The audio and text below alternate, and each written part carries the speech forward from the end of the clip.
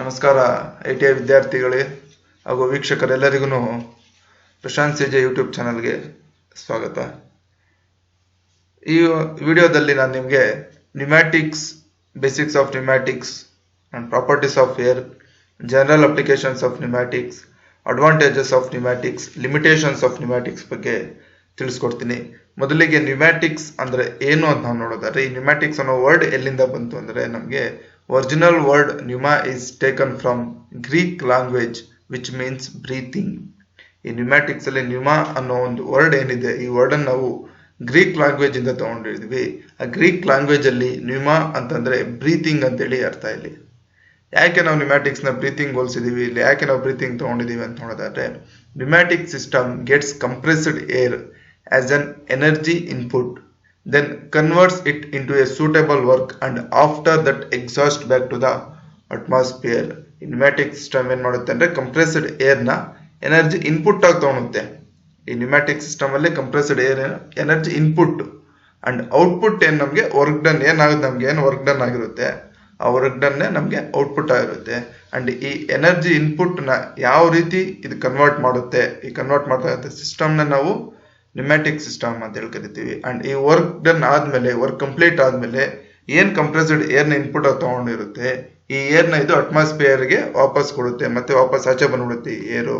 And ಇಷ್ಟೇ ಅಲ್ಲ, ಇದನ್ನ ಯಾಕೆ ನಾವು ಬ್ರೀತಿಂಗ್ ಹೋಲಿಸಿದೀವಿ ಅಂತಂದ್ರೆ, ಮನುಷ್ಯನ ಬಾಡಿಯಲ್ಲೂ ಅಷ್ಟೇನೆ ಏನ್ ಆಕ್ಸಿಜನ್ ನಾವೇನ್ ತಗೊಂತೀವಿ ಬ್ರೀತಿಂಗ್ ಥ್ರೂ, ಆಕ್ಸಿಜನ್ ನಾವು ಒಳಗಡೆ ತಗೊಂಡಾಗ ನಮ್ಮ ಹಾರ್ಟ್ ಪಂಪ್ ಆಗುತ್ತೆ. ನಮ್ಮ ಒಂದು ಹಾರ್ಟ್ ನ ನಾವು ನ್ಯೂಮ್ಯಾಟಿಕ್ ಸಿಸ್ಟಮ್ ಅಂತ ನೋಡೋದಾದ್ರೆ, ಏರ್ ನ ನಾವು ಒಳಗಡೆ ತಗೊಂಡಾಗ ಏನಾಗುತ್ತೆ, ಬ್ಲಡ್ ಪಂಪ್ ಮಾಡುತ್ತೆ ಹಾರ್ಟ್. ಬ್ಲಡ್ ಪಂಪ್ ಮಾಡಿ blood full body full circulate ಆದ್ಮೇಲೆ ಏನಾಗುತ್ತೆ, ಮತ್ತೆ ಏರ್ ಆಚೆ ಬಂದ್ಬಿಡುತ್ತೆ. ನಾವು ಏರ್ ಒಳಗಡೆ ತಗೊಂತೀವಿ, ಹಾರ್ಟ್ ಪಂಪ್ ಮಾಡುತ್ತೆ, ಬ್ಲಡ್ ಸರ್ಕ್ಯುಲೇಷನ್ ಆಗುತ್ತೆ, ಮತ್ತೆ ಏನಾಗುತ್ತೆ ಆಚೆ ಬರುತ್ತೆ. ಸೇಮ್ ಸಿಸ್ಟಮ್ ಇಲ್ಲಿ ನ್ಯೂಮ್ಯಾಟಿಕ್ಸ್ ಅಲ್ಲೂ ಅಷ್ಟೇ. ಕಂಪ್ರೆಸ್ಡ್ ಏರ್ ಇನ್ಪುಟ್ ಆಗಿ ಹೋಗುತ್ತೆ, ನಮ್ಮ ವರ್ಕ್ ಡನ್ ಏನೇ ವರ್ಕ್ ಡನ್ ಇರುತ್ತೆ, ವರ್ಕ್ ಡನ್ ಆದ್ಮೇಲೆ ಏರ್ ಮತ್ತೆ ಆಚೆ ಬರುತ್ತೆ. ಸೊ ಅದರಿಂದ ಇಲ್ಲಿ ನಾವು ಇದನ್ನ ನ್ಯೂಮ್ಯಾಟಿಕ್ ಸಿಸ್ಟಮ್ ನ ಬ್ರೀತಿಂಗ್ ಗೆ ಹೋಲಿಸಿದೀವಿ. And this process of intake and exhaust is compared with breathing. It is the science. ಇದೊಂದು ಸೈನ್ಸ್ ಅಂದ್ರೆ, ಬ್ರೀತಿಂಗು ಮನುಷ್ಯನ ಉಸಿರಾಟ ಕ್ರಿಯೆ ಅಲ್ಲ ಇದು. ಈ ಸೈನ್ಸ್ ಏನು ಅಂತಂದ್ರೆ, under which you study properties and applications of air. ಯಾವ ಒಂದು ಸೈನ್ಸ್ ಅಂದ್ರೆ, ಪ್ರಾಪರ್ಟೀಸ್ ಆಫ್ ಏರ್ ಮತ್ತೆ ಅಪ್ಲಿಕೇಶನ್ಸ್ ಆಫ್ ಏರ್ ಬಗ್ಗೆ ಸ್ಟಡಿ ಮಾಡ್ತಕ್ಕಂಥದ್ದು ಈ ನ್ಯೂಮ್ಯಾಟಿಕ್ಸ್. ನಮ್ಗೆ ಪ್ರಾಪರ್ಟೀಸ್ ಆಫ್ ಏರ್ ಏನು ಅಂತ ನಾವು ನೋಡೋದಾದ್ರೆ, air is a mixture of gases. Air ಅಲ್ಲಿ ಹಲವಾರು ರೀತಿಯಾದಂತಹ ಗ್ಯಾಸಸ್ ಸೇರ್ಕೊಂಡಿರ್ತವೆ. ಅದರಲ್ಲಿ ಕಾಮನ್ ನೋಡೋದಾದ್ರೆ ನೈಟ್ರೋಜನ್ 78% ಇರುತ್ತೆ, ಆಕ್ಸಿಜನ್ 21% ಇರುತ್ತೆ, and other gases water vapour contents 1% ಇರುತ್ತೆ.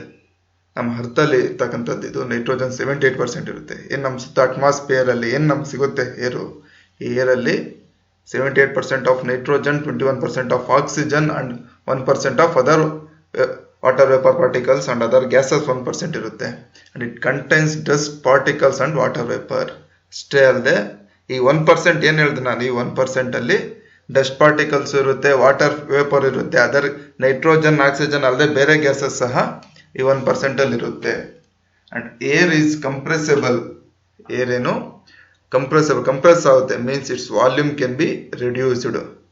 ಇಲ್ಲಿ ವಾಲ್ಯೂಮ್ ನ ನಾವು ರಿಡ್ಯೂಸ್ ಮಾಡಬಹುದು. ಏರ್ ನ ಕಂಪ್ರೆಸ್ ಮಾಡೋ ಮುಖಾಂತರ ವಾಲ್ಯೂಮ್ ನ ನಾವು ರಿಡ್ಯೂಸ್ ಮಾಡಬಹುದು. Air does not burn it self.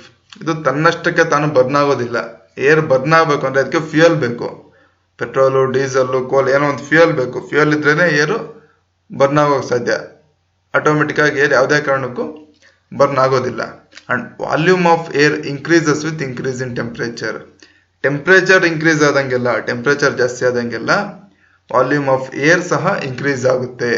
And moisture or water vapour carrying capacity increases with increase in temperature of air or volume of air.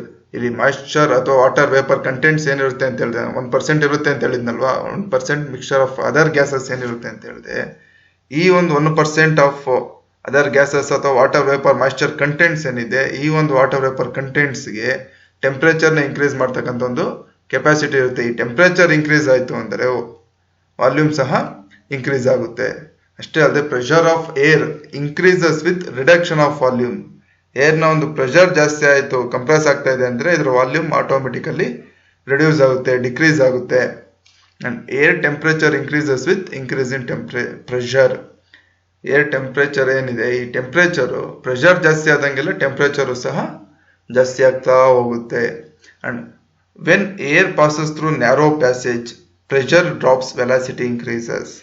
ಒಂದು ಪೈಪ್ಲೈನ್ ಅಲ್ಲಿ ಏರ್ ಪಾಸ್ ಆಗ್ತಾ ಇದೆ ಅಂತ ನಾವು ಅನ್ಕೊಳೋದಾದ್ರೆ, ಒಂದು ಪೈಪ್ಲೈನ್ ಅಲ್ಲಿ ಏರ್ ಪಾಸ್ ಆಗ್ತಾ ಇರುತ್ತೆ, ಆ ಪ್ಯಾಸೇಜ್ ಅಲ್ಲಿ ಏನ್ ಪಾಸ್ ಆಗ್ತಾ ಇರುತ್ತೆ ಅಲ್ಲಿ ಏನಾದ್ರು ಪ್ರೆಷರ್ ಡ್ರಾಪ್ ಆಯ್ತು ಅಂದ್ರೆ, ಒಂದೇ ಪ್ರೆಷರ್ ಅಲ್ಲಿ ಹೋಗ್ತಾ ಇರುತ್ತೆ, ಏನಾದ್ರು ಅಡ್ಡ ಬಂತು, ಏನಾದ್ರು ಒಂದು ಡ್ರಾಪ್ ಆಯ್ತು ಅಥವಾ ಯಾವ್ದೋ ಒಂದು ವ್ಯಾಲ್ಯೂ ಅಲ್ಲಿ ಬಂತು ಅಂತ ಆದ್ರೆ ಅಲ್ಲಿ ಏನಾಗುತ್ತೆ, ವೆಲಾಸಿಟಿ ಇನ್ಕ್ರೀಸ್ ಆಗುತ್ತೆ ಅಂತ ಒಂದು ಸಂದರ್ಭದಲ್ಲಿ. ವೆಲಾಸಿಟಿ ಮೀನ್ಸ್ ಸ್ಪೀಡ್ ಜಾಸ್ತಿ ಆಗುತ್ತೆ. ಇದಿಷ್ಟು ಪ್ರಾಪರ್ಟೀಸ್ ಆಫ್ ಏರ್ ನಿಮ್ಗೆ ಹೇಳಿದೆ. ನಿಮ್ಗೆ ಪ್ರಾಪರ್ಟೀಸ್ ಆಫ್ ಏರ್ ಅಲ್ಲಿ ಫಸ್ಟ್ ಪಾಯಿಂಟ್ ಏನು, air is A mixture of gases. ಹಲವಾರು ರೀತಿಯಾದ ಮಿಕ್ಸ್ಚರ್ ಆಫ್ ಗ್ಯಾಸಸ್ ನಮ್ಗೆ ಸೇರ್ಕೊಂಡ್ಬಿಟ್ಟಿದೆ. ಇಲ್ಲಿ ನಮ್ಗೆ ಬೇಕಾಗಿರೋದು ಆಕ್ಸಿಜನ್, ಬಟ್ ಆಕ್ಸಿಜನ್ ನಮ್ಗೆ ಇಲ್ಲಿ ಕಡಿಮೆ ಇದೆ, ಬರೀ 21% ಆಫ್ ಆಕ್ಸಿಜನ್ ಇದೆ, ಬಟ್ ನೈಟ್ರೋಜನ್ ಇಲ್ಲಿ ಜಾಸ್ತಿ ಇದೆ. Next general applications of pneumatics ನಾವು ನೋಡೋದಾದ್ರೆ, pneumatics is used to move load with less efforts. Pneumatics ನಾವು ಜಾಸ್ತಿ ಇಂಡಸ್ಟ್ರಿಯಲ್ ಸೈಡ್ ಯೂಸ್ ಮಾಡ್ತೀವಿ. ಇಂಡಸ್ಟ್ರಿಯಲ್ ಸೈಡ್ ಅಲ್ಲಿ ಅತಿ ಹೆಚ್ಚು ಭಾರದ ವಸ್ತುಗಳು ಇರ್ತವೆ, ಹೆಚ್ಚು ಲೋಡ್ಸ್ ಇರ್ತವೆ. ಪ್ರತಿಯೊಂದು ಲೋಡ್ಸನ್ನು ಮನುಷ್ಯರು ಎತ್ತೋದಕ್ಕಾಗೋದಿಲ್ಲ. ಅಂತ ಒಂದು ಸಂದರ್ಭಗಳಲ್ಲಿ, ಅಂತ ಒಂದು ಜಾಗಗಳಲ್ಲಿ ಹೆಚ್ಚಾಗಿ ನಾವು ಈ ನ್ಯೂಮ್ಯಾಟಿಕ್ಸ್ ನ ಯೂಸ್ ಮಾಡ್ತೀವಿ. ಏನಕ್ಕೆ ಅಂದ್ರೆ, to move load with less efforts. ಹೆಚ್ಚು ಲೋಡ್ಸ್ ನ ಕಡಿಮೆ ಎಫರ್ಟ್ಸ್ ಅಲ್ಲಿ ಮೂವ್ ಮಾಡೋದಕ್ಕೆ, ಅದನ್ನ ಎತ್ತೋದಕ್ಕಾಗಿರ್ಬೋದು ಅಥವಾ ಒಂದು ಜಾಗ ಇನ್ನೊಂದು ಜಾಗಕ್ಕೆ ಮೂವ್ ಮಾಡೋದಕ್ಕಾಗಿರ್ಬೋದು, ಏನ್ ಮಾಡ್ತೀವಿ, ನ್ಯೂಮ್ಯಾಟಿಕ್ಸ್ ನ ಯೂಸ್ ಮಾಡ್ತೀವಿ. ಜನರಲ್ ನೋಡೋದಾದ್ರೆ ಪುಷ್ ಅಂಡ್ ಪುಲ್, ಪುಷ್ ಮಾಡೋದಕ್ಕೆ, ಪುಲ್ ಮಾಡೋದಕ್ಕಾಗಿರ್ಬೋದು. ಲಿಫ್ಟ್ ಅಂಡ್ ಡ್ರಾಪ್, ಲಿಫ್ಟ್ ಮಾಡೋದಕ್ಕೆ ಮತ್ತೆ ಡ್ರಾಪ್ ಮಾಡೋದಕ್ಕಾಗಿರ್ಬೋದು. ಕ್ಲ್ಯಾಂಪ್ ಅಂಡ್ ಅನ್ಕ್ಲ್ಯಾಂಪ್, ಕ್ಲ್ಯಾಂಪಿಂಗ್ ಮತ್ತೆ ಅನ್ಕ್ಲ್ಯಾಂಪಿಂಗ್ ಮಾಡೋದಕ್ಕಾಗಿರ್ಬೋದು. ಟಿಲ್ಟ್ ಮಾಡೋದಕ್ಕಾಗಿರ್ಬೋದು. ಇಲ್ಲಿ ನೀವು ಒಂದು ಎಕ್ಸಾಂಪಲ್ ನೋಡ್ಬೋದು. ಇಲ್ಲಿ ಕೆಳಗಡೆ ಒಂದು ಡಯಾಗ್ರಾಮ್ ಅಲ್ಲಿ ಸ್ಕ್ರೂನ ಟೈಟ್ ಮಾಡ್ತಾ ಇದ್ದಾರೆ. ಇಲ್ಲಿ ಬಂದು ನ್ಯೂಮ್ಯಾಟಿಕ್ ಎಕ್ವಿಪ್ಮೆಂಟ್ ಇದೆ. ಈ ನ್ಯೂಮ್ಯಾಟಿಕ್ ಎಕ್ವಿಪ್ಮೆಂಟ್ ಥ್ರೂ ಇದಕ್ಕೆಲ್ಲ ಕಂಪ್ರೆಸ್ಡ್ ಏರ್ ಕನೆಕ್ಟ್ ಆಗಿದೆ. ಇಲ್ಲಿ ಕೆಳಗಡೆ ನೀವು ನೋಡೋದಾದ್ರೆ ಕಂಪ್ರೆಸ್ಡ್ ಏರ್ ಪೈಪ್ ಕನೆಕ್ಟ್ ಆಗಿರುತ್ತೆ. ಈ ಏರ್ ಪೈಪ್ ಥ್ರೂ ಏನ ಮಾಡ್ತಾ ಇದ್ದಾರೆ, ಇಲ್ಲಿ ಸ್ಕ್ರೂನ ಟೈಟ್ ಮಾಡ್ತಾ ಇದ್ದಾರೆ. ಇಲ್ಲಿ ನ್ಯೂಮ್ಯಾಟಿಕ್ ಎನರ್ಜಿನ ಯೂಸ್ ಮಾಡ್ತಾ ಇರೋದು ಇದು. ಸೊ ಈ ರೀತಿಯಾದಂಥ ಒಂದು ಯೂಸರ್ಸ್ಗೆ ನಾವು ನ್ಯೂಮ್ಯಾಟಿಕ್ ಏರ್ನ ನಾವು ಇಂಡಸ್ಟ್ರಿಯಲ್ ಸೈಡ್ ಬಹಳಷ್ಟು ಯೂಸ್ ಮಾಡ್ತೀವಿ. ಅಂಡ್ ಅಡ್ವಾಂಟೇಜಸ್ ಆಫ್ ನ್ಯೂಮ್ಯಾಟಿಕ್ಸ್ ನಾವು ನೋಡೋದಾದ್ರೆ, air is available at free of cost. ನಮಗೆ ನ್ಯೂಮ್ಯಾಟಿಕ್ಸ್ ಅಲ್ಲಿ ಮೊದಲನೇ ಅಡ್ವಾಂಟೇಜ್ ಬರೋದೆ air is available at free of cost. Air ನಮಗೆ ಫ್ರೀ ಆಫ್ ಕಾಸ್ಟ್ ಅಲ್ಲಿ ಸಿಗುತ್ತೆ. ಯಾವುದೇ ರೀತಿಯಂತ ದುಡ್ಡು ಕೊಟ್ಟು ಕೊಂಡ್ಕೊಬೇಕಾದ ಅವಶ್ಯಕತೆ ನಮಗೆ ಇಲ್ಲ. ಏರ್ ನಮಗೆ ಫ್ರೀ ಆಫ್ ಕಾಸ್ಟ್ ಅಲ್ಲಿ ಸಿಗುತ್ತೆ. And air is available in unlimited quantity everywhere. ಪ್ರತಿಯೊಂದು ಕಡೆನೂ ಅನ್ಲಿಮಿಟೆಡ್ ಕ್ವಾಂಟಿಟಿ ಆಗಿರುತ್ತೆ. ಪ್ರತಿಯೊಂದು ಕಡೆನೂ ನಮ್ಗೆ ಏರ್ ಸಿಗುತ್ತೆ. ಇಂಥ ಕಡೆ ಏರ್ ಸಿಗಲ್ಲ, ಇಂಥ ಕಡೆ ಗಾಳಿನೇ ಸಿಗಲ್ಲ ಅನ್ನೋಂಥ ಜಾಗ ಯಾವುದೂ ಇಲ್ಲ.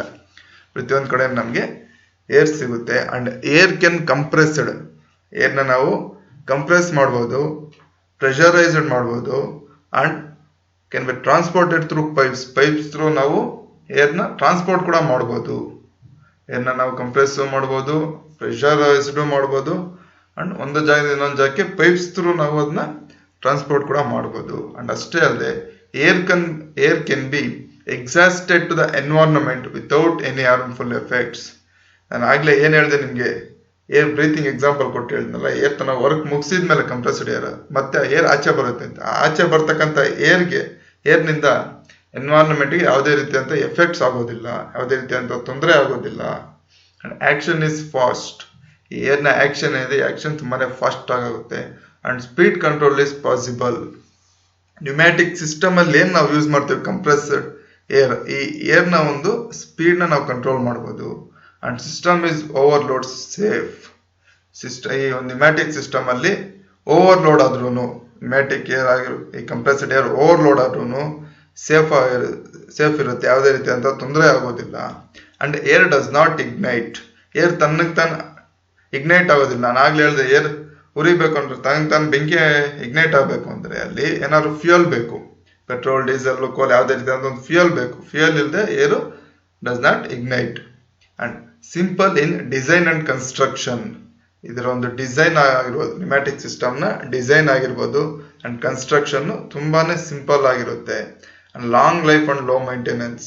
ಲಾಂಗ್ ಲೈಫ್ ಬರುತ್ತೆ, ಜೊತೆಗೆ ಮೈಂಟೆನೆನ್ಸ್ ಕೂಡ ಕಡಿಮೆ. And components are simple in design.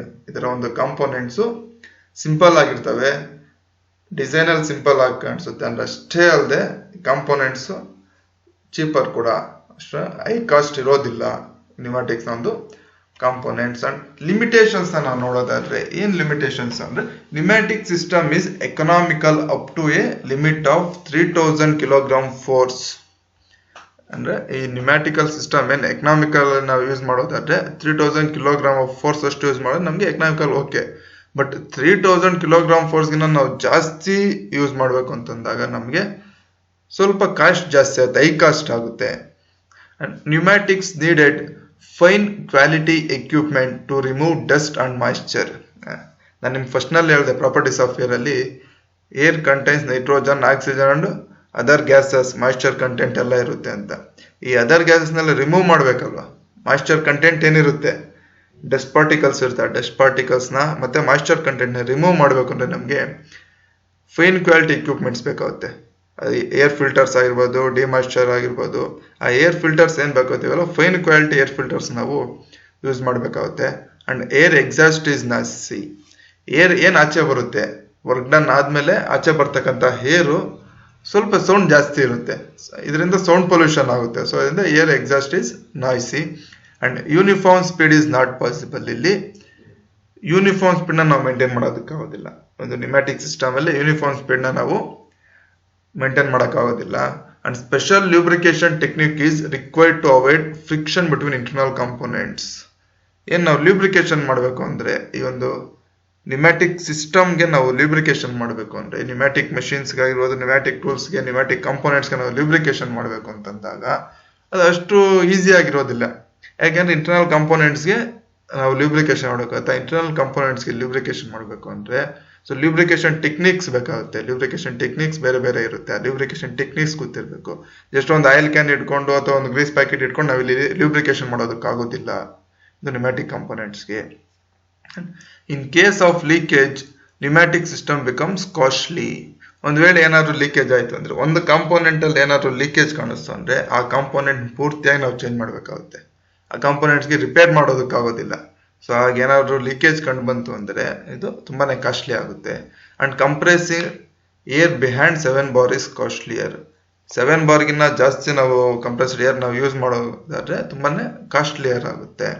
And ಇದಿಷ್ಟು ಏನಿದೆ ನಿಮಗೆ pneumatic system, basics of pneumatics. Pneumatics ಅಂದರೆ ಏನು, ಬೇಸಿಕ್ಸ್ ಆಫ್ ನ್ಯೂಮ್ಯಾಟಿಕ್ಸ್ ಏನು, ಅಡ್ವಾಂಟೇಜಸ್ ಏನು, ಲಿಮಿಟೇಷನ್ಸ್ ಏನು, ಅಂಡ್ ಜನರಲ್ ಅಪ್ಲಿಕೇಶನ್ಸ್ ನಾವೆಲ್ಲಿ ಯೂಸ್ ಮಾಡ್ತೀವಿ ಅಂತಕ್ಕಂಥದ್ದು ಇದಿಷ್ಟು ನ್ಯೂಮ್ಯಾಟಿಕ್ಸು.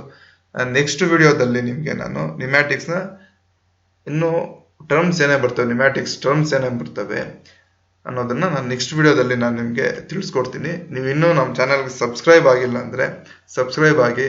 ಆ್ಯಂಡ್ ಈ ವಿಡಿಯೋಸ್ನ ಇನ್ನೂ ಹೆಚ್ಚೆಚ್ಚು ITI ವಿದ್ಯಾರ್ಥಿಗಳ ಜೊತೆ ಶೇರ್ ಮಾಡಿ.